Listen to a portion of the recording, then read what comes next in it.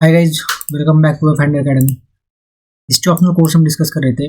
Topic 10 हमारा चल रहा है जिसमें हम गुप्ता जो है, वकाटकास जो है और वर्धनाज वगैरह को हम डिस्कस कर रहे हैं। अभी लेक्चर नंबर 73 हमारा ये टोटल है। लास्ट जो कुछ 2-3 लेक्चर्स है इसमें हम गुप्तास के और वकाटकास के पॉलिटी और एडमिनिस्ट्रेशन को कवर कर चुके हैं। वर्धनाज को हम सेपरेटली डिस्कस करने वाले हैं। तो पॉलिटी एंड एडमिनिस्ट्रेशन हमारा हो चुका है। हमने देखा किस तरीके से गुप्तास जो एक मेजर पॉलिटिकल पावर जो वहाँ पे 100 ईयर्स के एक मतलब डार्क फेज के बाद सेंट्रल अथॉरिटी आपको नॉर्थ इंडिया में देखने को मिलेगी। और उनकी पॉलिटिकल लाइफ किस तरीके से थी, उनकी इकोनॉमिक लाइफ मतलब उनके एडमिनिस्ट्रेटिव सिस्टम किस तरीके थे, वो हम डिटेल में डिस्कस कर चुके हैं। लास्ट जो लेक्चर था हम अगर आपको याद है तो हमने इकोनॉमिक कंडीशंस को डिस्कस किया है, जिसमें हमने देखा था कि गुप्तास के टाइम पे किस तरीके से एग्रीकल्चर एक्सपांड हुआ था, है ना। उसमें लैंड ग्रांट्स वगैरह भी वहाँ पे हमने कवर करने की कोशिश की थी। लैंड ग्रांट्स हम देख चुके हैं कि लैंड ग्रांट्स के कॉन्सिक्वेंसेज क्या थे, मतलब निगेटिव जो रिपरकशंस वगैरह हुए थे वो क्या थे, है ना। अर्बन सेंटर किस तरीके से डिक्लाइन हुई है हम आज देखने वाले हैं। इंडियन फ्यूडलिज्म को भी हमने कवर करने की कोशिश की थी। तो कॉइनेज वगैरह भी हमने कवर किया था। मतलब इकोनॉमिक कंडीशन, मतलब इकोनॉमी जो है गुप्तास की और या फिर उस टाइम पीरियड की नॉर्थ इंडिया की जो इकोनॉमी थी उसको हम मेजरली जो है वो 90% तो हम कवर कर चुके हैं। अभी आज हमें क्या करना है, हमें इसमें एक ट्रेड एंड कॉमर्स वाला टॉपिक होता है ना, ट्रेड वगैरह, ये ट्रेड को हम थोड़ा डिस्कस करेंगे आज कि गुप्तास के टाइम पे जो इंडिया का जो ट्रेड वगैरह था वो किस तरीके से चल रहा था। क्योंकि मैंने आपको लास्ट पीरियड में बताया था, लास्ट लेक्चर में बताया था कि गुप्तास जो है, अभी गुप्तास का ये जो टाइम पीरियड था वो ऐसा टाइम पीरियड था जिस टाइम पे हमारे साथ रोमन्स वगैरह जो है ना, जो रोमन्स थे वो हमारे साथ ट्रेड करना चाहते थे। साउथ ईस्ट एशियन के जो मतलब एशिया के जो लोग वगैरह थे जो थे वो हमसे कुछ सीखना चाहते थे, है ना। रोमन्स हमसे ट्रेड करना चाहते थे, तो वेस्ट एशिया, सेंट्रल एशिया और साउथ ईस्ट एशिया भी जो हमारे साथ ट्रेड वगैरह करना चाहता था। तो काफ़ी जो है वो एक्सटेंसिव ट्रेड जो नेटवर्क वगैरह था वो डेवलप हो चुका था अगर हम बात करें मॉडर्न टाइम पीरियड से। तो लेकिन इसी टाइम पीरियड में जो है ट्रेड एंड कॉमर्स फ्लरिश भी होता है, डाइवर्सिफाई भी होता है, साउथ ईस्ट एशियन रीजन तक भी पहुंचता है। और इसके साथ साथ जो है वो जो है यहाँ पे इसी टाइम पीरियड के जब गुप्तास का जब एक तरीके से एंड आता है, तब ये जो ट्रेड एंड कॉमर्स वगैरह जो है ये थोड़ा डिक्लाइन जो है हो जाता है। ठीक है, तो इसके क्या रीजन रहे हैं, क्या मतलब इसकी वजह से अर्बन सेंटर वगैरह डिक्लाइन होते हैं और फ्यूडलिज्म किस तरीके से इसमें एक इंपॉर्टेंट रोल वगैरह प्ले करता है, तो थोड़ा बहुत हम कवर करने की कोशिश करेंगे। तो यहाँ पे देखो, अभी हमें ट्रेड एंड कॉमर्स को डिस्कस करना है। तो सबसे पहले तो आप थोड़े मैप्स वगैरह यहाँ पे देख लो, मतलब बड़ी मुश्किल से मैप्स वगैरह मिलते हैं। तो अगर आप देखो तो ये मैरीटाइम जो ट्रेड रूट था जो इंडिया को दुनिया के साथ कनेक्ट करता था, है ना। मेजरली यही है, ऐसा कोई एकदम फिक्स टाइम पीरियड नहीं इनका कि ये इस टाइम पीरियड के लिए, लेकिन मॉडर्न पीरियड के बाद ये ओवरऑल जो है वो ट्रेड रूट्स या फिर नेटवर्क जो है वो डेवलप हुए थे। ठीक है, मॉडर्न टाइम पीरियड से ये डेवलप हुए थे। अगर आप देखो तो यहाँ पे आप देख सकते हो कि पाटलिपुत्र वगैरह जो है यहाँ पे मतलब मेजर जो सिटीज है उसको कनेक्ट करे। पाटलिपुत्र यहाँ पे है ना, मथुरा यहाँ पे है। ठीक है, यहाँ पे आपको तक्षशिला वगैरह देखने को मिलेंगी, यहाँ पे उज्जैन देखने को मिलेंगी आपको। सॉरी, ये उज्जैन है यहाँ पे, है ना। यहाँ पे ये सोपारा नाम से एक जगह थी, है ना। ठीक है, तो जितने भी इंपॉर्टेंट है सुवर्णगिरी वगैरह जैसे, है ना, साउथ इंडिया में कैपिटल हुआ करती थी ये मौर्यस की। यहाँ पे ये आपका एक पोर्ट है, यहाँ पे कलिंगा है ना। तो ये आप देख सकते हो कि इंटरनल जो ट्रेड रूट थे काफी अच्छे से डेवलप, जैसे आज आपको पता है नेशनल हाईवेज होते हैं, ठीक है ना। उस तरीके से उस टाइम पे 4 मेजर जो थे, 4 या 5 जो थे वो इंपॉर्टेंट रूट थे। वैसे 2 इंपॉर्टेंट थे, एक था ये उत्तर पथ, है ना। ये उत्तर पथ था जो पाटलिपुत्र वगैरह जो है यहाँ से, अगर आप देखो वेस्ट बंगाल जो है यहाँ पे एक जो पोर्ट था, है ना। यहाँ से लेके आपको ये कनेक्ट करता था पाटलिपुत्र, फिर पाटलिपुत्र से यहाँ पे आप कौसुम्बी, है ना, मथुरा, यहाँ पे हस्तिनापुर, फिर तक्षशिला से लेके आपको यहाँ पे ये सेंट्रल वेस्ट एशिया तक आपको मतलब कनेक्ट करता हुआ एक तरह से देखने को मिलेगा। तो ये था आपका उत्तर पथ, इसको कहा गया था। और ये आपका था दक्षिण पथ, मतलब उत्तर पथ से कनेक्ट करने वाला दक्षिण पथ, जिसका मेजर सेंटर जो था, मतलब जो सेंट्रल पॉइंट था उज्जैन वगैरह हुआ करता था। और ये उत्तर पथ और दक्षिण पथ को कनेक्ट करता था। और यहाँ पे नर्मदा जो रिवर थी ना, उसको हिस्टोरिकली जो एक तरीके से डिवाइड माना जाता है नॉर्थ एंड साउथ के बीच में। तो इस तरीके से आप देख सकते हो कुछ यहाँ पे इंपॉर्टेंट पोर्ट्स है, जैसे मुचरी है ना, कांचीपुरम है, यहाँ पे आपका कलिंग नगरा वगैरह है ना। सोपारा एक इंपॉर्टेंट पोर्ट है, आपको याद रखना पड़ेगा। ठीक है, तो इस तरीके से आप ये थोड़ा मतलब जो है ट्रेड रूट वगैरह याद रख सकते हो। अगर मतलब आपको अगर क्वेश्चन आते हैं तो ट्रेड एंड कॉमर्स के ऊपर, तो आप थोड़ा बहुत यहाँ पे ड्रॉ करके दिखा सकते हो किस तरीके से इंडिया के जो इनलैंड जो ट्रेड रूट थे वो वर्ल्ड के जो एक तरीके से जो ट्रेड रूट थे, है ना, उसके साथ कनेक्ट हो रहे हैं। ये सिल्क रूट वगैरह था यहाँ से, है ना, चाइना से ये सिल्क रूट है ना, ये पूरा सिल्क रूट है। इंडिया में यहाँ पे ये तक्षशिला से होके जाता था, है ना। तो हिंदू कुछ माउंटेन्स वगैरह के यहाँ पे कुछ पासेस वगैरह वहाँ से ये कनेक्ट करता था। इस तरीके से आपको ये थोड़ा मैप वगैरह जो इसका नॉलेज अगर है तो आप अच्छे से आंसर्स को समझ सकते हो, मतलब पॉइंट्स को समझ सकते हो आप। फिर आप ये देख सकते हो कि इंडियन ओशन जो है, यहाँ पे इंडियन ओशन में एक तरीके से 300 to 600 सी के आसपास, मतलब गुप्ता पीरियड जो जब से स्टार्ट होता है यहाँ पे 323 BC के आसपास, वहाँ से लेके गुप्ता पीरियड खत्म होने तक जो है वो इंडियन ओशन में किस तरीके से इंपॉर्टेंट पोर्ट्स थे, कौन कौन से इंपॉर्टेंट पोर्ट्स है, ये आपको यहाँ पे देखने को मिलेंगे। इंडियन ओशन के है ना, ये इंडियन ओशन के इंपॉर्टेंट नहीं है लेकिन फिर भी पता होना चाहिए, ठीक। चलो फिर अभी हमारा जो डिस्कशन वगैरह जो है यहाँ पे ट्रेड एंड कॉमर्स के ऊपर हम डिस्कशन स्टार्ट करते हैं हमारा। तो यहाँ पे क्या बोला गया है कि इंडिया जो है ना, इसके एक्सटेंसिव ट्रेड लिंक्स थे विद वेस्ट एशिया, है ना, सेंट्रल एशिया, वेस्ट एशिया मतलब वेस्ट के सब, उसमें यूरोप वगैरह भी आएगा और वेस्ट एशिया भी आएगा, फिर central Asia, South East Asia और रोमन वर्ल्ड के साथ, मतलब यूरोप के साथ एक तरीके से। इससे पहले की पीरियड में, गुप्ता के पहले की पीरियड में, जो कि रोमन मॉडर्न टाइम पीरियड से डेवलप हुए थे। और ट्रेड रूट जो थे ना, ये डिफरेंट रीजन्स को कनेक्ट करते थे विद इन द कंट्री। जो हमने अभी देखे थे उत्तर पथ, दक्षिण पथ और बाकी जो भी ट्रेड रूट्स थे, ठीक है, उसको डेवलप करने के लिए काफी टाइम लगा, मॉडर्न टाइम पीरियड से डेवलप हो रहे थे। तो यहाँ पे यही कमर्शियल एक्टिविटी जो थी ट्रेड एंड कॉमर्स वगैरह वाली, ये थोड़ी गुप्ता पीरियड में भी यहाँ पे कंटिन्यू होती है, आपको देखने को मिलेंगी। और इसके अलग अलग एविडेंसेस है, मटेरियल एविडेंसेस है, इंस्क्रिप्शन एविडेंसेस है ना, लिटरेरी एविडेंसेस वगैरह भी है। और जो कमर्शियल जो प्रॉस्पेरिटी थी गुप्ता की, वो आपको यहाँ पे इस टाइम पीरियड में थोड़ी मोमेंटम पकड़ती हुई देखने को मिलेगी, ठीक है। मतलब लास्ट फेज में, लास्ट पीरियड्स में, लास्ट टाइम पीरियड, मतलब लास्ट जो टाइम पीरियड था उसमें जो कमर्शियल एक्टिविटी डेवलप हुई थी वो एकदम पीक पे पहुंच चुकी थी गुप्ता टाइम पीरियड पे। और इसी टाइम पीरियड में बाद में वो डिक्लाइन हो जाती है। और यही एक रीजन था अर्बन सेंटर्स के डिक्लाइन का, है ना। क्योंकि अर्बन सेंटर मतलब क्या होते हैं, जहाँ पे सेकेंडरी और टर्सरी एक्टिविटीज में लोग इन्वॉल्व है ना। और प्राइमरी सेक्टर हमारा डेवलप होने के बाद हमने देखा था कि बड़े बड़े एम्पायर डेवलप हुए थे, मगधा एम्पायर तभी डेवलप हुआ जब एग्रीकल्चर में हम सेल्फ सफिशिएंट हुए। और उसके बाद लोग सेकेंडरी एक्टिविटी और टर्सरी एक्टिविटीज में इन्वॉल्व होते हैं। और यही जो है वो, यही इसी तरीके के लोग जो है वो अर्बन एरिया में रहते हैं। तो यहाँ पे आपको देखने को मिलेगा कि अर्बन सेंटर डिक्लाइन हो रहे हैं, उसका सबसे बड़ा रीजन था कि कमर्शियल एक्टिविटी जो है यहाँ पे बाद में डिक्लाइन हो जाती है, सेकेंडरी एंड टर्सरी एक्टिविटी, मतलब secondary and tertiary commercial activity जो है। तो कुशानास के तरह मतलब तर्ज पे ही गुप्ता जो है उन्होंने भी अलग अलग तरह के कॉइन मीन्स वगैरह किए थे, जिसमें कि आपको गोल्ड कॉइन देखने को मिलेंगे। मतलब ऐसा कहा जाता है कि सबसे ज्यादा क्वांटिटी में, क्वालिटी नहीं, क्वांटिटी में गोल्ड कॉइन जो गुप्ता ने इशू किए थे। और उनकी क्राफ्ट्समैनशिप भी काफी बेहतर थी, हमने वो लास्ट पीरियड में देखा था, लास्ट लेक्चर में देखा था। यहाँ पे उन्होंने अलग अलग तरह के सिल्वर के, कॉपर के, अलॉय कॉइन भी उन्होंने क्या किया, कमर्शियल पर्पज के लिए यूज किए है और मिंट किए है। बुद्धिस्ट जो संघर्ष थे ये भी अब तक मतलब काफी रीच हो चुके थे। इनको जो डोनेशन वगैरह मिलता था, इनको जो लैंड ग्रांट्स वगैरह मिलता था, ठीक है, इनके मतलब जो इकोनॉमिक एक्टिविटी में इनका पार्टिसिपेशन वगैरह जो है बढ़ चुका था, ठीक है। इनके जो बुद्धिस्ट संघर्ष के जो मठ वगैरह हुआ करते थे, मतलब संघ ही बोलेंगे उसको, मठ तो मतलब हिंदुइज्म में बोला जाता है।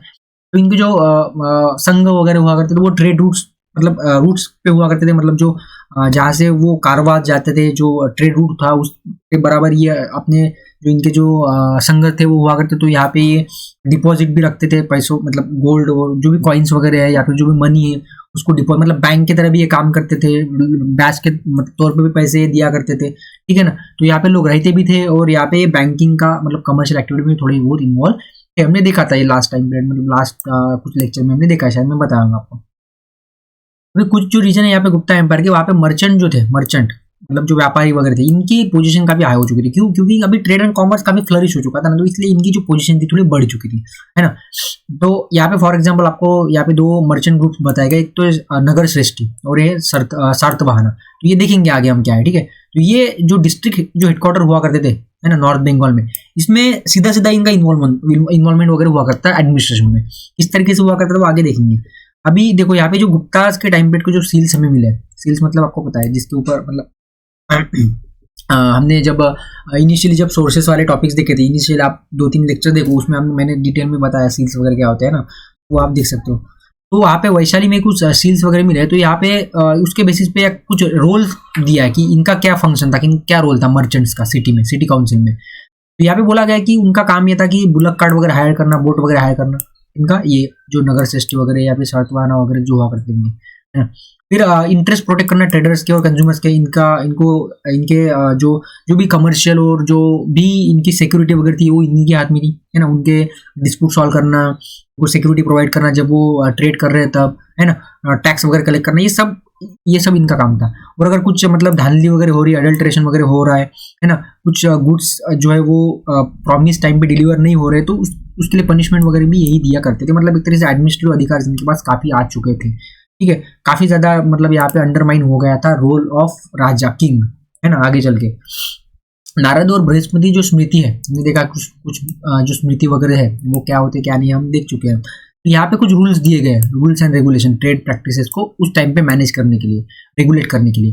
तो उसके अकॉर्डिंग यहाँ पे दो तरीके के मर्चेंट हुआ करते थे। एक तो सृष्टि, ठीक है, वो क्या करते थे, वो एक जगह पे रहते थे सेटल्ड एट पर्टिकुलर प्लेस, और एक बिल्कुल मतलब अच्छी सी पोजीशन वगैरह वो समाज में सोसाइटी में उनकी लाइफ वगैरह हुआ करती थी, और एडमिनिस्ट्रेशन में उनका मेन रोल हुआ करता था, जो सृष्टि थे वो।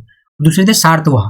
सार्तवाह मतलब जो कारवान जो ट्रेडर्स हुआ करते थे ना, वो सार्तवाह है ना, जो गुड्स अपने साथ कैरी करते थे अलग अलग प्लेस में, मतलब प्रॉफिटेबल सेल के लिए, यहाँ से खरीदेंगे वहां पे बेचेंगे। तो जो भटकते रहते थे इधर उधर व्यापार के लिए, वो सार्तवाह, और जो एक जगह पे थे वो सृष्टि, ठीक है।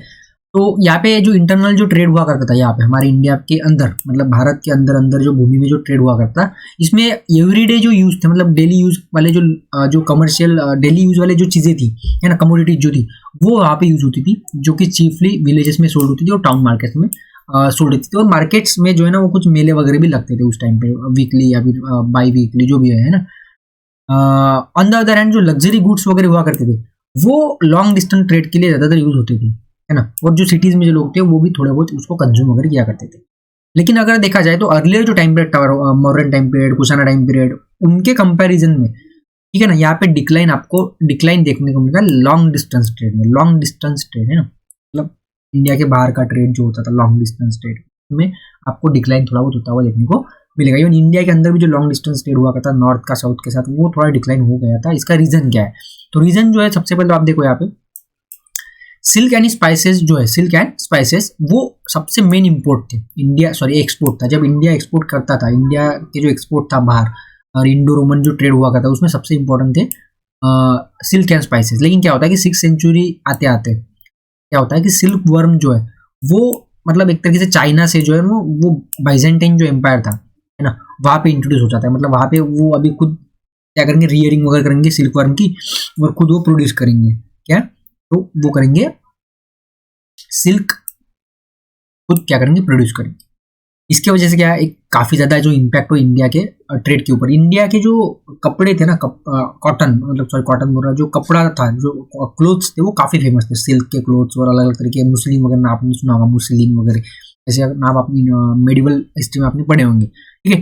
तो ये काफी फेमस थे। तो बाइजेंटाइन जो एम्पायर था, ये एम्पायर आने के बाद रोमन एम्पायर फॉल हो गया, उसके बाद जो है वहाँ पे 6th सेंचुरी में जो है चाइना वगैरह से वहाँ पे क्या हो जाता है, वहाँ पे सिल्क वर्म जो है सीधा वहाँ पे रियर्ड होते हैं, ठीक है। तो इसकी वजह से इंडिया का ट्रेड जो है उनके साथ थोड़ा कम हो गया है, और इसकी वजह से जो है वेस्टर्न एक्सपोर्ट के ऊपर काफी इंपैक्ट इंडिया का हुआ है। और साथ ही साथ जो अरब वगैरह भी जो आ चुके थे, अरब मर्चेंट्स वगैरह आ चुके थे, वो मिडल मैन का काम करते हैं। तो इंडियन मर्चेंट्स वो वहाँ पे थोड़ा जो ट्रेड में डिक्लाइन वहाँ पे हो जाता है। उसके बाद जो अरब थे, अरब मुस्लिम जो समुदाय था, जो इस्लाम था, इसका उदय होने के बाद अरब जो मर्चेंट्स थे, है ना, इन्होंने जो है वो ट्रेड रूट्स को काफी अफेक्ट किया, क्योंकि ये जो बाइजेंटाइन एम्पायर था ना, इसमें जो है एक तरीके से वही जो है इस्लाम को मानने वाले जो लोग थे वो यहाँ पे आपको कब्जा करते देखने को मिलेंगे। पूरा मिडिल ईस्ट, वेस्ट एशिया, इसके ऊपर इन्होंने मतलब पूरे ट्रेड रूट्स के ऊपर कब्जा कर लिया था। तो क्या हुआ कि जो अरब मर्चेंट्स थे उन्होंने कंट्रोल ले लिया था पूरा, मतलब रेड सी और वो जो पूरा एरिया था, सिल्क रूट वगैरह वहाँ पे, ठीक है। तो ये मेजर रीजन था कि इंडिया का जो लॉन्ग डिस्टेंस ट्रेड है वो डिक्लाइन हो चुका था, और इंडियन जो मर्चेंट्स थे वो थोड़े शिफ्ट हो गए थे अभी साउथ ईस्ट एशिया की तरफ। तो इंडियन मर्चेंट जो थे उन्होंने क्या किया कि थोड़ा साउथ ईस्ट एशिया के ट्रेड के, मतलब साउथ ईस्ट एशिया की तरफ थोड़ा फोकस किया। चलो यहाँ पे नहीं तो कहीं ना कहीं तो ट्रेड करना है। तो इंडियन ट्रेडिंग स्टेशन आपको देखने को मिलेंगे अलग अलग रीजन में साउथ ईस्ट एशिया में। यही एक रीजन था कि बाद में आपको जो चोलाज वगैरह वो जो है वो उधर फोकस करके देखने को मिलेंगे। और आपका जो इंडियन जो कल्चर है ना, आपको भगवान श्री राम के मंदिर वगैरह जो है, या फिर मंदिर जो है, दुनिया का सबसे बड़ा मंदिर जो कंबोडिया में है ना, वो क्यों है? क्योंकि हमारा जो ट्रेड था वो बाद में साउथ ईस्ट एशिया में फोकस कर दिया था हमने यहाँ पे 6th-7th सेंचुरी के बाद। तो इसी वजह से इंडियन कल्चर वहाँ पे जो थोड़ा पेनिट्रेट वगैरह हुआ है। तो यहाँ पे जो कल्याणी जो है ना, कल्याणी मतलब ये कल्याणी है ना, शिबोर है, ये मालाबार, मैंगलोर, ये कोस्टल एरियाज है। यहाँ पे मार्केट्स वगैरह हुआ करते थे, है ना। वेस्टर्न कोस्ट जो है ना, वेस्टर्न कोस्ट में कुछ, और कुछ जो है ये सारे वेस्टर्न कोस्ट के, वैसे मालाबार, मैंगलोर, कल्याणी, ये सारे वेस्टर्न कोस्ट के क्या है, कुछ पोर्ट्स है, और कुछ यहाँ पे मार्केट्स वगैरह भी यहाँ पे लगते थे, है ना। फिर फाइयान जो यहाँ पे आपको देखने को मिलेगा कि ताम्रलिप्ति जो है वो ईस्टर्न कोस्ट में, बंगाल में एक इंपॉर्टेंट पोर्ट था। मैंने अभी आपको दिखाया था मैप में, अगर आपको याद है तो इंपॉर्टेंट पोर्ट ताम्रलिप्ति था। These ports and towns were connected with the Persian, Southeast Asia, China, Western world, Arabia, Byzantine Empire. ये सारे जो वेस्टर्न और ईस्टर्न जो पोर्ट्स थे इनके थ्रू ही हमारा जो ट्रेड वगैरह चला करता था, ठीक है। ये अकाउंट ऑफ कॉस्मोस, मतलब कॉस्मोस नाम से एक मतलब एक व्यक्ति था, एक हिस्टोरियन वगैरह आप बोल सकते हो, ट्रेडर वगैरह भी बोल सकते हो, सॉरी क्या बोल सकते हैं उनको, ट्रैवलर बोल सकते हो। फिर अभी चाइना के साथ किस तरीके से हमारे रिलेशन थे, ट्रेड रूट्स वगैरह, मतलब ट्रेड क्या रिलेशन थे, जैसे भी आज भी है हमारे। तो फाइयान जो आपको पता है चाइनीज ट्रैवलर था, वो यहाँ पे बोल रहा है कि जो इंडिया और चाइना के बीच में जो भी रिलेशन थे, है ना, उसको उसने डिटेल में एक्सप्लेन किया है यहाँ पे, सी रूट्स वगैरह जो भी थे। monks moving from India to China must have followed land routes of caravan traders via Central Asia। अभी यहाँ पे क्या किया, यहाँ पे इन्होंने सी रूट्स को फॉलो ही नहीं किया, क्योंकि क्या है, मतलब इंडिया से ऊपर से आप आ सकते हो, जो हिमालय में जो पासेस है वो सी के थ्रू ट्रैवल करने की जरूरत नहीं है। तो ये इन्होंने जो है ना, एक तरीके से आपको लैंड रूट्स वगैरह प्रीफर करते हुए आपको देखने को मिलेंगे। Chinese sources mention items from India such as rare gems, pearls, fine textiles, saffron, spices और aromatics।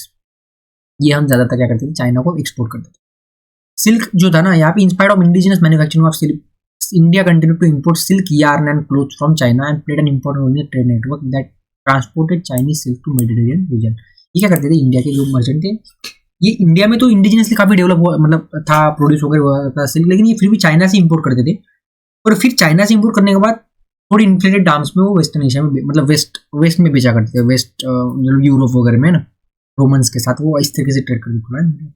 चाइना से लाएंगे, हमारे यहाँ पे भेजे, लेकिन चाइना से भी लाते थे और फिर बेचा करते थे, क्योंकि डिमांड काफी ज्यादा थी। वो इंडिया के नाम से जाना था उसको, चाइनीज सिल्क नहीं बोला जाता, उसको इंडियन सिल्क ही बोला जाता था। भले वो चाइना में भी प्रोड्यूस हो रहा है, चाइना से भी ला रहे, लेकिन बेच रहे इंडिया से, मतलब इस तरीके से। Reason for the demand of Chinese silk in India was that the Indian artisan made silk out of the cocoons of wild silk worm, ठीक है। The technique of raising mulberry silk cocoon and unraveling the thread from the boiled cocoon were unknown in India till they were introduced by Central Asian immigrants in 13th century। 13th century में Central Asian immigrants आए और उन्होंने फिर mulberry silk जो है उससे किस तरीके से आपको यहाँ पे मलबरी सिल्क ककून से किस तरीके से सिल्क मतलब फेच करना है, निकालना है, वो टेक्निक्स हमें एशियन इमिग्रेंट्स ने बताई, तब हमें पता चला। Indian silk are not there for soft, Indian silk जो था ना वो इतना सॉफ्ट नहीं था और शाइनी भी नहीं था जैसे कि चाइनीज सिल्क था, और इसीलिए चाइना से जो ना हम इंपोर्ट करते थे और बाद में बेचा करते थे। But cotton of India was in great demand, लेकिन इंडिया का कॉटन हमेशा से जो है डिमांड में रहा है, हाई डिमांड में। कालिदास जो यहाँ पे बोल रहा है कि इंडियन जो रिच पीपल थे ना वो गारमेंट्स पहनते थे, मतलब कपड़े पहनते थे जो कि चाइनीज सिल्क से बने हुए थे, जिसको बोला गया चाइना मशूका, है ना, चाइना मशूका। मतलब एक तरीके से इंडिया के कंपैरिजन में चाइनीज जो सिल्क था ना वो ज़्यादा सॉफ्ट था और ज़्यादा शाइनी भी था, इसीलिए चाइनीज सिल्क की काफ़ी डिमांड हुआ करती थी इंडिया में भी। और जो इंडिया के रिच पीपल जो थे ना वो भी चाइना से मंगवाया हुआ, इंपोर्ट किया हुआ कपड़ा वगैरह पहना करते थे। तो वो आपको ट्रेड विद चाइना जो है क्लियर हो चुका है। अभी हमारा नेक्स्ट जो टॉपिक है उसमें हमें देखना कल्चर रिलेशन किस तरीके से थे between south East Asian reason के, मतलब कल्चर रिलेशन भी और ट्रेड रिलेशन भी। तो लार्ज किंगडम जो इमर्ज होते हैं साउथ ईस्ट एशियन रीजन में फर्स्ट मिलेनियम सीई में, मतलब कि 1000 साल का जो टाइम पीरियड था उसमें, आफ्टर द बर्थ ऑफ एशूस, तो जो हम टाइम पीरियड जो हमने बनाया उसमें, यहाँ पे बाली में, जावा में, सुमात्रा में, और यहाँ पे आपको मैरीटाइम ट्रेड वगैरह भी एक इंपॉर्टेंट फैसेट रहा इकोनॉमिक लाइफ का इस रीजन में। यहाँ पे कुछ इंपॉर्टेंट यहाँ पे किंगडम्स वगैरह डेवलप हुए बड़े बड़े। संस्कृत इंस्क्रिप्शन जो है ना वो यहाँ पे आपको साउथ ईस्ट एशिया में अराउंड 5th सेंचुरी सी के आसपास देखने को मिलेंगे। तो इसके बाद ही हमारा उनके साथ ट्रेड वगैरह बढ़ा है। The genealogies of early ancient kings often trace the ancestry to India. For example जो ट्रेडिशनल जो हिस्ट्रीज है म्यांमार की, उसमें ऐसा बोला कि अर्लीस्ट जो किंगडम था इरावडी, आपको पता इरावडी रिवर है, इरावडी डॉल्फिन वगैरह भी आपने सुना होगा, was founded by a dispossessed prince of India. मतलब इंडिया से एक प्रिंस जिसको हकाल दिया गया, मतलब भेज दिया गया, वो उसको एक तरह निष्कासित किया गया, उसने वहाँ पे सबसे पहला जो किंगडम है इस्टेब्लिश किया था म्यांमार में, इरावडी वैली में, ऐसा बोला जाता है। तो इसीलिए एंसेस्ट्री जो इंडिया में मानी जाती है जीनोलॉजिकल, मतलब डायनेस्टिक जो हिस्ट्री हो। कंबोडिया में तो सबसे बड़ा टेम्पल आपको पता है Hindu temple. Cambodian tradition tells of Brahmana, एक ब्राह्मण जो था, एक पंडित था, कौंडिन्य नाम है उसका, जिसने कंबोडियन प्रिंसेस से शादी किया, ऐसा बोला गया। मतलब हमारे इंडियन, देखो रामायण काफी रेफरेंस है, रामायण काफी एडिशंस है, रामायण की काफी वर्जन्स है, वो कंबोडिया का भी एक वर्जन है रामायण का, है ना, आपने मतलब सुना होगा। 9th सेंचुरी इंस्क्रिप्शन जो है डोंग जो है यहाँ से, उसका ऐसा कहना है कि मतलब जगह है उसमें ऐसा बोला गया कि रूलर जो थी इस एरिया के वो डिसेंडेंट है सेज भृगु के, महाभारत में एक सेज थे ऋषि थे उसके डिसेंडेंट है. In the course of first millennium, Buddhist Hindu sculptures were appeared in the region. For example, Yupa inscriptions and gold image of Buddha and Vishnu have been found at the Borneo नाम से एक city, मतलब एक छोटी सी जगह है, Indonesian island जो है ना इंडोनेशियन, वहाँ पे एक बोर्निया नाम से जगह आती है वहाँ. The ports of south India played important role in the trade relation with the Southeast Asia and China. South Indian literature like Silla Pandikaram, Manimikala refers to Yavana craftsmen and traders living in the cities like Puvar in separate quarters. Silla Pandikaram यहाँ पे 32 तरह के अलग अलग varieties बताते हैं cotton fabrics के जो कि एक्सपोर्ट हो रहे हैं from South India to the South East Asian region. It refers to king dispatching ships loaded with the eaglewood spices, sandalwood, camphor. In the early cold season, Manimekalai has stories of merchant making sea voyages to the Sri Lanka and Java. The epics also describe lavish lifestyle of Indian merchant. मतलब यहाँ पे south India से जो trade वगैरह हुआ करता था south East Asia में उसको डिटेल में दिया गया, तो आप ये थोड़ा याद रख सकते हैं, थोड़ा मतलब इंपॉर्टेंट है, याद रखना है. The evidence of coastal trade can be connected with the flourishing settlements of the coast of Sri Lanka such as Mentai in north. इतना ज़्यादा मतलब इंपॉर्टेंट नहीं है. यहाँ पे बात नहीं होता क्या है, तो ट्रेड डिक्लाइन होता है गुप्ता और पोस्ट गुप्ता पीरियड में, क्यों होता है, उसके क्या रीजन है. एक मेजर चेंज आपको आता हुआ देखने को मिलेगा 6th सेंचुरी में, मतलब 510 वगैरह के बाद जब वीक रूलर्स वगैरह आ जाते हैं और जो फ्यूडलिज्म था एकदम पीक पे चला जाता है, थोड़ा आपको यहाँ पे ट्रेड में डिक्लाइन होता हुआ देखने को मिलेगा, इंटरनल ट्रेड भी और एक्सटर्नल ट्रेड. क्या रीजन थे, तो फॉरेन ट्रेड में क्यों डिक्लाइन हुआ, तो इंडिया का जो फॉरेन ट्रेड था इसमें आपको पोस्ट मॉडर्न पीरियड में एकदम पीक पे था, कुशाना टाइम पीरियड आसपास सातवाहनास के टाइम पे एकदम पीक पे था. India traded with the Roman Empire, Central Asia, South East Asia. However, this commercial activity started declining in Gupta period. It became more pronounced by 6th century BC. Gupta period के मतलब 200 years के 150 years के बाद, जो 100 years तो अच्छा चला, मतलब 5th सेंचुरी में अच्छे से ट्रेड हुआ, लेकिन 6th सेंचुरी में ट्रेड डिक्लाइन हो जाता है. क्यों, इसके क्या एविडेंस है, तो रोमन कॉइन्स काफी यहाँ पे आपको मतलब कम देखने को मिलेंगे, स्टॉप हो गए, एकदम बिल्कुल बंद ही हो गए. Other evidences showing contact with the western world also started to fade.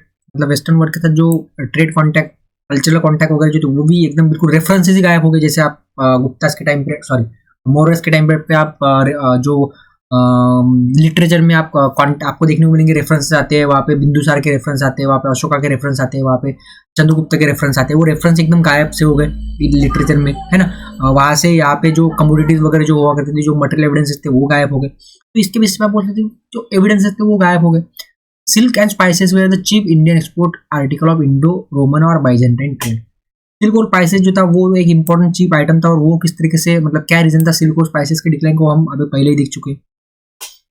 फिर सिल्क वीवर्स जो गुजरात से जो थे ना, वो इंग्लैंड में थोड़े मूव कर गए, उन्होंने अलग अलग तरीके के बाकी जो मतलब काम है वो स्टार्ट कर दिए. उसके बाद अरब जो एक्सपांड हुए, इसका एक हम डिस्कस कर चुके कि अरबों का एक्सपांशन जो हुआ, इस्लाम का जो एक्सपांशन हुआ, उसके वजह से किस तरीके से इंडियन मर्चेंट्स काफी निगेटिव इफेक्ट होते हैं. पूरा कंट्रोल उन्होंने ले लिया था उस एरिया में. Huna invasion wiped out the ties of Gupta empire with the western world which was already weak and fragile. Huna invasion होने की वजह से गुप्ता एम्पायर के जो जितने भी कॉन्टैक्ट थे वेस्टर्न के पूरे खत्म हो गए. हुना एम्पायर वहाँ पे डेवलप होता है, मतलब सॉरी इमर्ज होता है. Indian traders meanwhile started heavily rely on the South East Asian trade. लेकिन वहाँ पे साउथ ईस्ट एशिया में इतने ज़्यादा कोई मतलब बड़ा एम्पायर था नहीं, और इतना वहाँ पे आपको मतलब पता है, आपको साउथ ईस्ट एशिया में इतना ज़्यादा देश कंट्रीज नहीं है जितना मतलब वेस्टर्न वर्ल्ड में था, है ना. तो इसकी वजह से जो इनकम यहाँ पे डाइवर्ट हो जाती है, और थोड़ा यहाँ पे आपको डिक्लाइन ऑफ ट्रेड देखने को मिलता है. Trade with China was continuing but intensity was lacking in that trade relation. Indian import of silk also started decline after the decline in Roman trade. Indian Roman trade decline हो गया क्योंकि हम क्या करते, हम चाइना से import करते थे सिल्क, तो वो रोमन्स को बेचा करते. तो फिर Roman Indo Roman trade decline हो गया, तो फिर चाइना से इंपोर्ट करके करेंगे क्या, थोड़ी रखेंगे. हमारे यहाँ पे इतनी डिमांड नहीं थी क्योंकि वो थोड़ा एक्सपेंसिव हुआ करता है. हमारे यहाँ पे जो रिच लोग थे वही पहना करते थे ना, इस वजह से यहाँ पे डिक्लाइन ऑफ ट्रेड देखने को आपको मिलेगा. So in short, we can say that the Gupta and post-Gupta period witnessed a comparative decline in the country's trade and commerce. Till 550, India continued to have some trade with the Eastern Roman Empire, to which it exported silk and spices. Around 6th century, the Romans learned the art of rearing silkworm secretly from China. This adversely affected the India's foreign trade in this precious commodity. Indo-Roman trade कम हुआ, Indo-Chinese trade भी कम हो गया. The disruption of the northwestern route by Hunas was another factor in this decline. India tried to make up loss by carrying on trade with the South East Asian countries, लेकिन south East Asia में इतनी ज़्यादा कोई country है ही नहीं, मतलब इतना कोई वहाँ पे प्रॉस्परस रीजन था नहीं, है ना। तो गोल्ड का इन्फ्लुएंस जो था वो एकदम क्या हो गया, कम हो गया। Gupta did issue a large number of gold coin called dinaras, उसको दिनाराज बोला जाता है प्रीलिम्स के लिए, आप याद रखो। But we notice that the gold coins of each successive Gupta ruler after Chandragupta 2 contain less gold, है ना। क्वांटिटी थी लेकिन क्वालिटी कम हो चुकी थी और अलॉय ज्यादा था।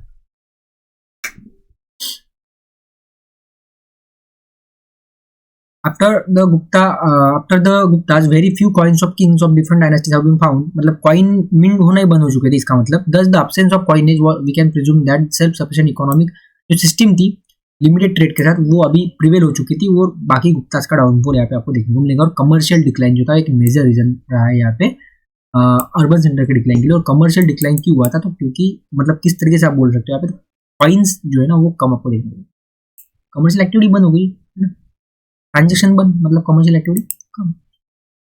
अभी लॉन्ग डिस्टेंस ट्रेड क्यों डिक्लाइन हुआ, मतलब internal long distance internal trade.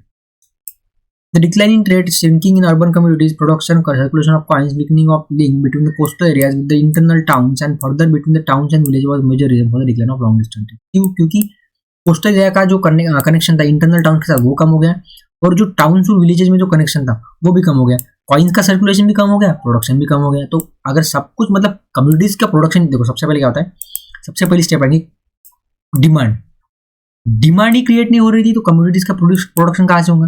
अब कम्युनिटीज का प्रोडक्शन नहीं हो रहा है तो कॉइन्स का सर्कुलेशन नहीं होगा, ट्रांजेक्शन नहीं होगा तो लोग एक दूसरे के साथ कॉन्टैक्ट रखेंगे नहीं, मतलब जो ट्रेड कॉन्टैक्ट है। तो इस तरीके से जो इंटरनल ट्रेड जो लॉन्ग डिस्टेंस डिक्लाइन हो जाता है, और एक तरीके से सेल्फ सफिशिएंट यूनिट्स यहाँ पे डेवलप हो जाते हैं। सेल्फ सफिशिएंट छोटे छोटे विलेजेस, छोटे छोटे 10-15 विलेजेस का एक ग्रुप जो है वो वहाँ पे डेवलप हो जाता है, और जिसके ऊपर कंट्रोल पूरी तरीके से किसका रहता है, जो एरिस्टोक्रेट्स जो थे, मतलब जो फ्यूडल्स थे उनका। यहाँ पे बोला गया कि कथा सरित सागरा एक लेटर हो गया जिसमें बोला गया कि ट्रेडर जो थे वो फॉरेस्ट से मतलब फॉरेस्ट में चले गए थे to avoid the multiple payments of taxes, क्योंकि अभी ट्रेड ही कम हो गया तो उनके पास पैसे नहीं थे, और जो राजा था उसको जरूरत थी पैसों की, तो वो टैक्स लगाया करता था, फिर वो भाग जाते थे फॉरेस्ट में। Sea voyages and long distance trade over taboos, मतलब वो थोड़ा समाज में अंधश्रद्धा वगैरह आ गया वहाँ पे। आपको पता है महात्मा गांधी जब बाहर गए थे साउथ अफ्रीका में पढ़ने वगैरह के लिए, इंग्लैंड वगैरह में, तो उनके घर को बाइकआउट किया गया था, मतलब लोगों के द्वारा, जो समाज के जो लोग थे। तो इस तरह से जो अंधश्रद्धा वगैरह जो भी हमारे समाज में डेवलप हो जाती है, ठीक है, तो इस तरह का एटीट्यूड जो अगर है तो फिर ट्रेड कैसे होगा, है कि नहीं। However trade in commodities of basic necessities like salt, iron, artifacts were still continued, but the luxuries items were in demand which were used by aristocratic elements and kings etcetera, so long distance trade of this community was on, लेकिन ये कम scale पे था।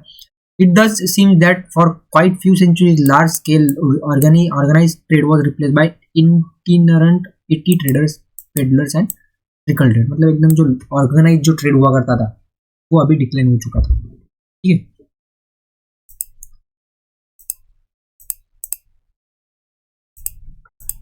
आप आपको यहाँ पे देखना, अगर आपको इतना सब क्लियर हो गया कि ट्रेड डिक्लाइन हो गया था, लॉन्ग डिस्टेंस ट्रेड डिक्लाइन हो गया, इंटरनल ट्रेड डिक्लाइन हो गया है, कमर्शियल एक्टिविटीज एकदम से कम हो गई, gold coins silver coin issue करना कम हो गए, तो इसके क्या इंपैक्ट हुए, तो आपको अर्बन सेंटर का डिक्लाइन इजीली समझ में आ जाएगा, समझ में आ भी चुका होगा आप तक।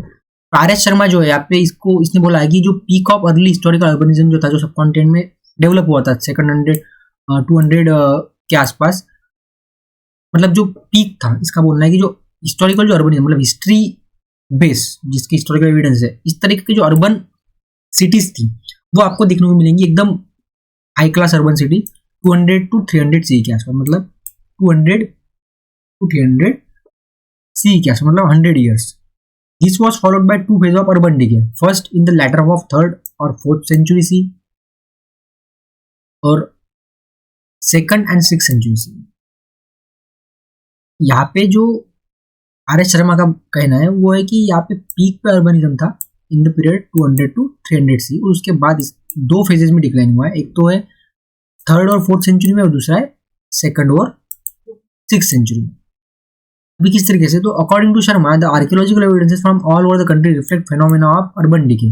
आर्कियोलॉजिकल एविडेंस के बेसिस पे ये बोल रहा है इस तरीके से। तो he also points to decline in reference to the artisans and merchant in inscription, क्योंकि उसके बाद एक तो सबसे पहले अगर आर्कियोलॉजी अगर हम बात करें तो आपको पता है कि हमने कॉइन्स का डिक्लाइन देखा है, कॉइन्स मिंट होना कम हो चुके थे, कॉइन्स का मिंटिंग कम हो गया तो ये आर्कियोलॉजिकल एविडेंसेस है। रेफरेंसेस जो है ना, इंस्क्रिप्शन रेफरेंसेस, इसमें आपको आर्टिसन और मर्चेंट्स का देखने को मिलना, मतलब आर्टिसन जो होते हैं ना, आर्टिस्ट जो होते हैं या ये जो क्राफ्टमैन होते हैं, इनका रेफरेंस कम हो जाएगा। इन्होंने कुछ बनाया, इन्होंने कुछ बेचा, मर्चेंट्स, गिल्ड्स वगैरह, इनका रेफरेंस कम हो गया। मतलब क्या है, तो आर्कियोलॉजिकल एविडेंसेस नहीं है, मतलब अर्बन सिटीज डिक्लाइन हो रही है, क्योंकि अर्बन एरिया में कौन लोग रहते हैं, जो सेकेंडरी और टर्शियरी खेती करने वाले लोग अर्बन एरिया में नहीं रहते, वो गाँव में रहते हैं। और जो लोग सर्विस सेक्टर में इन्वॉल्व होते हैं, जो लोग प्रोडक्शन सेक्टर में इन्वॉल्व होते हैं, वो गाँव शहरों में रहते हैं। तो अर्बन डिक्लाइन, अर्बनिज्म जो है डिक्लाइन होता हुआ देखने को आपको मिलेगा। Sharma admit the literary evidences for the urban decay is not strong. भले ही लिटरेचर में इतना मतलब एविडेंसेस आपको नहीं मिलेंगे, लेकिन सिटीज जो है वो यहाँ से gloomy cities, but the cities gloomy prophecy made in Varahamihira that various towns will either be destroyed or will fall in. लेकिन वराहमिरा जो है ना, इसने जो बृहत संहिता लिखी थी, इसमें उसने बोला है बृहत संहिता में कि एक प्रोफेसी, मतलब कि एक भविष्यवाणी की थी बृहत संहिता में वराहमिरा ने, कि आगे चल के आने वाले कुछ टाइम पीरियड में टाउन जो है, टाउन लाइफ वगैरह जो है, वही तो मतलब कम हो जाएंगे या फिर खत्म ही हो जाएंगे। ऐसा लिटरेरी एविडेंसेस है, मतलब ज्यादा नहीं है, लेकिन बृहत संहिता में वराहमिरा ने ऐसी प्रोफेसी की थी, मतलब ऐसी भविष्यवाणी की थी कि आगे चल के टाउन्स वगैरह जो डिक्लेयर होने वाले हैं। मतलब एक तरीके से लिटरेचर में भी थोड़ा बहुत बोला गया है, कंटेम्पररी तो नहीं है, लेकिन प्रोफेसी तो हुई है ना। मतलब वराहमिरा मतलब एक काफी प्रेस्टिजियस नाम है हिस्ट्री में। ये explain the decline of urbanism as a result of decline in trade. R S Sharma का कहना है कि डिक्लाइन ऑफ ट्रेड जो है वो मेन रीजन था अर्बनिज्म में डिक्लाइन, दोनों इंटरनल एक्सप्लेन हमने अभी देखा। It lasted for almost 7 centuries until 11th century we witnessed a mild renewal in urbanism, but real urban phase started in 14th century। इसका बोलना है कि ये जो डिक्लाइन हुआ 3rd century के बाद में, 3rd या फिर 5th century के बाद में, ये 700 साल तक चला, तब तक जब तक 11th century में थोड़ा माइल्ड लेवल पे अर्बनिज्म जो है स्टार्ट नहीं होता है। और बाद में 14th century में जब दिल्ली सल्तनत वगैरह की स्टैब्लिशमेंट वगैरह हुई, मतलब दिल्ली सल्तनत तो 12th century में आता है, लेकिन मोहम्मद बिन तुगलक वगैरह जब आता है तो थोड़ा बहुत वहाँ पे अर्बनिज्म वगैरह स्टार्ट हो जाता है, ऐसा इसका कहना है। It is therefore argued that the economy in Gupta period was largely based on self-sufficient units of production in the villages and towns, and that money economy was gradually becoming weaker at this point of time। इसका कहना है कि जो economy जो थी Gupta time पे, वो क्या थी, सेल्फ सफिशिएंट यूनिट्स में, मतलब गांव जो थे वो सेल्फ सफिशिएंट थे, वो अपना प्रोडक्शन करेंगे, खुद खाएंगे, खुद पकाएंगे, जो भी मतलब जो है खुद प्रोड्यूस करेंगे, खुद खाएंगे। No trade, no transactions. एक गांव में लोग रहेंगे, का देख लेंगे, उनका कोई कांटेक्ट लोगों के साथ होगा नहीं, तो यहाँ पे आपको एक तरीके से सेकेंडरी और टर्शियरी एक्टिविटी मतलब देखने को नहीं मिलेंगे। तो languishing trade explain the decline of urban center at least in the Gangetic plains which form the heartland of Gupta empire. और ये जो है, ये नॉर्थ इंडिया की बात हो रही है, साउथ इंडिया की बात ये हो नहीं रही है, याद रखना। With specific reference to Vakataka kingdoms, stimuli argues for decline in trade and urban economy and said that the inscription convey pictures of non monetary non scale village economy, मतलब एकदम जिसमें मनी का रोल ही नहीं है, इस तरीके की विलेज इकोनॉमी यहाँ पे डेवलप हो चुकी थी। Expansion of rural settlement, contradiction of urbanism and early onset of feudalism, ये यहाँ पे आपको बोला है। एक तरीके से क्या है यहाँ पे, इस तरीके की यहाँ पे आपको इकोनॉमी देखने को मिलेंगी, या सोसाइटी देखने को मिलेंगी, या फिर पिक्चर जो है सोसाइटी की देखने को मिलेगी। जहाँ पे क्या हो रहा है, जहाँ पे हो रहा है कि non monetary small scale village economy develop हो रही है, रूरल सेटलमेंट एक्सपांड हो रही है, मतलब विलेजेस एक्सपांड हो रहे हैं, लेकिन अर्बन सेंटर डिक्लाइन हो रहे हैं, और फ्यूडलिज्म जो है यहाँ पे अपने चरम सीमा पे पहुंचने वाला है। There is scarcely any reference to the urban center, only about 16 settlements can be tentatively identified as having some sort of urbanness, ऐसा यहाँ पे बोला गया। देयर आर सम पॉइंट्स और arguments which counter the theory of urban decay, this hypothesis can be question on several ground. यहाँ पे बोला गया कि कुछ ऐसे मतलब है, होते हैं कुछ लोग जो बोलते हैं कि नहीं भाई ऐसा नहीं होता, अर्बन डिके नहीं होता। Text of the time abound in lengthy poetic description of cities and city developers, यहाँ पे आपको इस टाइम के जो टेक्स्ट है, लिटरेरी एविडेंस, इसमें आपको बहुत कुछ ऐसा मतलब देखने को फेंका फाके आपको देखने को मिलेंगे, पोएटिक जो डिस्क्रिप्शन किया गया सिटीज वगैरह सिटी डेवलपर्स का होगा। यहाँ पे कामसूत्र जो यहाँ पे वेल्दी, एजुकेटेड, रिफाइंड और सोफिस्टिकेटेड लोगों की बात कर रहा है जो टाउन्स में रह रहे हैं। मृचकटिका और अमरकोशा जो है यहाँ पे अलग अलग तरीके वेल्दी लोगों के बारे में बात कर रहा है, किंग्स की बात कर रहा है, एरिस्टोक्रेटिक एलिमेंट्स की बात कर रहा है, उनका डिस्क्रिप्शन दे रहा है डिटेल में। ठीक है, जो सिटीज और सिटी लाइफ का जो इतना डिस्क्रिप्शन दिया गया है वो तमिल लिपिक्स में भी दिया गया है, वो क्लियरली इंडिकेट करता है कि अर्बनिज्म जो था वो साउथ में ठीक है चल रहा था। Silla Pandikaram describe busy and bustling markets of Puhar and Madurai with the sellers of garland, flower, aromatic flowers, betel nuts, wines, clothes, etc. There are also skilled workers and shopkeepers. यहाँ पे मणिमेखलाई mention करता है विहाराज और चैत्यास को। Archaeology indicates decline of certain Buddhist center in Western India. However, several other grew in central Indian region like Sanchi. The Eastern India witnessed building activity at Sarnath. Monastery of Nalanda received international fame. In south, the Nagarjuna Konda saw decline, but Amravati center saw thriving. मतलब ये यहाँ पे बात की गई है archaeological evidence के basis पे बुद्धिस्ट सेंटर्स के बारे में. ये बुद्धिस्ट सेंटर्स को हमने देखा डिटेल में, क्या कहाँ पे अर्बन सेंटर मतलब बुद्धिस्ट सेंटर वगैरह हुआ करते. मनी इकोनॉमी के बारे में यहाँ पे क्या कहते हैं आर एस शर्मा, और मनी इकोनॉमी गुप्ता और पोस्ट गुप्ता पीरियड में डिक्लाइन हुई थी कि नहीं हुई थी, ये आपको थोड़ा वो देखना है. आर एस शर्मा का कहना है कि गुप्ता जो टाइम पीरियड था, गुप्ता और पोस्ट गुप्ता टाइम पीरियड पे, वहाँ पे मनी इकोनॉमी काफी डिक्लाइन हो चुका था. He pointed out that the Gupta issued gold coins more but issued less silver and copper coins. Payans tells us that cowries become the common medium of exchange. Cowries मतलब एक तरीके से barter system, जो मतलब cowries के through जो होता है, cowries बार्टर सिस्टम, cowries जो था एक मीडियम ऑफ ट्रांजेक्शन हुआ करता है. जैसे अभी हम कॉइन्स बोलते हैं, अभी हम करेंसी है, तो वैसे कॉमनली एक्सेप्टेड वो मीडियम ऑफ ट्रांजेक्शन था. The Gupta issued largest number of gold coins, dinars in ancient India, but these hardly flowed into day-to-day private economic relation. भले ही लार्ज नंबर में की है, लेकिन वो डेली ट्रांजेक्शन में यूज नहीं होती थी, ऐसा बोला जाता है. Till recently, it misbelieved that the Vakataka didn't issue any coin, but now after modern research, this misbelief is rejected. Money lending का क्या, मनी लेंडिंग वगैरह जो उधार वगैरह उसका क्या मतलब जो भी था, तो टेक्स्ट जैसे नारद स्मृति और धर्मशास्त्रा जो यहाँ पे मनी लेंडिंग के बारे में डिस्कस किया गया है. धर्मशास्त्रा ने यहाँ पे डिटेल रूल दिया है कि किस तरीके से जो है उधार वगैरह देना चाहिए. जनरल रेट 50% बोला गया था सिक्योर्ड लोन के लिए, ठीक है. जो इंटरेस्ट रेट जो था अनसिक्योर्ड लोन्स के लिए, मतलब जहाँ पे आप लोन दे रहे हो उसके मॉर्गेज है कुछ तो भी, मतलब उसके बदले में कुछ तो भी रख रहे हो, है ना, वो सिक्योर्ड लोन हो गया. और जो अनसिक्योर्ड जो लोन था उसके लिए ज्यादा हुआ करता है ना, और वो डिपेंड करता था वर्नास के ऊपर, कास्ट सिस्टम क्या क्या कास्ट है क्या जेंडर है उसके ऊपर वो डिपेंड करता था. The rate of interest on loans varied according to the purpose of which they were the money were, मतलब डिपेंड करता है आप किस लिए पर्सनल लोन ले रहे हो या फिर अदर किसी रीजन के लिए लोन ले रहे हो, तो उसके ऊपर डिपेंड करता है कि रेट ऑफ इंटरेस्ट क्या रहेगा.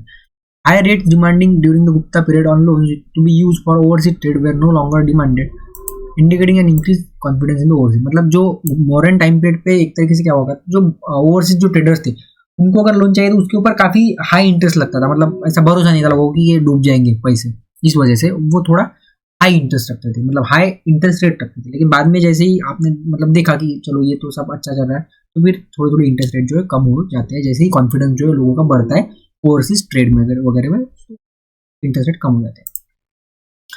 तो ये था हमारा मतलब टोटल इकोनॉमी हमने कवर कर चुके हैं हम, गुप्तास की इकोनॉमिक कंडीशन हमारा हो चुका है डिस्कस.